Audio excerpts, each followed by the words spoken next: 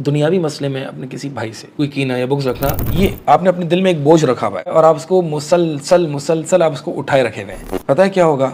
इससे उसको कुछ नहीं होगा जिससे आपने कीना रखा हुआ है। He is living in his own life and he doesn't even know कि आपने इतना बोझ रखा हुआ है, आपने इतनी हेट्रेड रखी उसके खिलाफ। और अगर वो जान भी ले तो he may be least concern about you. एक तो उसने मुझे हर्ट किया, उसने मुझे नुकसान पहुंचाया, और फिर दूसरी तकलीफ मैं अपने आप को दे रहा हूँ कि मैं उससे नफरत करके उसका बोझ वापस से मैं उठा रहा हूँ। अब मैं डबल बोझ उठा रहा हूँ। एक ग्लास ऑफ वाटर है, शायद शुरू में आप उसको उठाएं तो उतना फील ना हो कि इतना भारी है, लेकिन अगर आप उसको 1 घंटा उठा के रखेंगे तो आप उसका वेट फील करेंगे, आप एग्जॉस्ट हो जाएंगे और एक वक्त आएगा कि आपको उसको या तो फेंकना पड़ेगा या हाथ से वो छूट जाएगा। तो यही बात है, शुरू में आप कह सकते हैं यार नहीं, इससे मेरे साथ गलत किया, नहीं मैं तो ठीक हूँ, I am okay, just I don't want to meet this brother of mine in Islam. इस तरह के लोग स्टेटमेंट्स यूज करते हैं, लेकिन ये इस तरह के स्टेटमेंट्स मतलब ये है कि आपने छोटा सा कीना रखा हुआ है। It won't hurt except you yourself. एक तो दुनियावी अक्लमंदी है ना, किसी की भाई के खिलाफ कीना ना रखो। और वो बंदा अल्लाह से ताल्लुक की लज्जत नहीं पा सकता जब तक कि वो अपनी इस पनिशमेंट और टॉर्चर में मुब्तला है, क्योंकि अल्लाह के पास जो दिल आता है ना वो कल्ब सलीम होता है। वो जो दिल होता है वो पाक साफ होता है, वो किसी और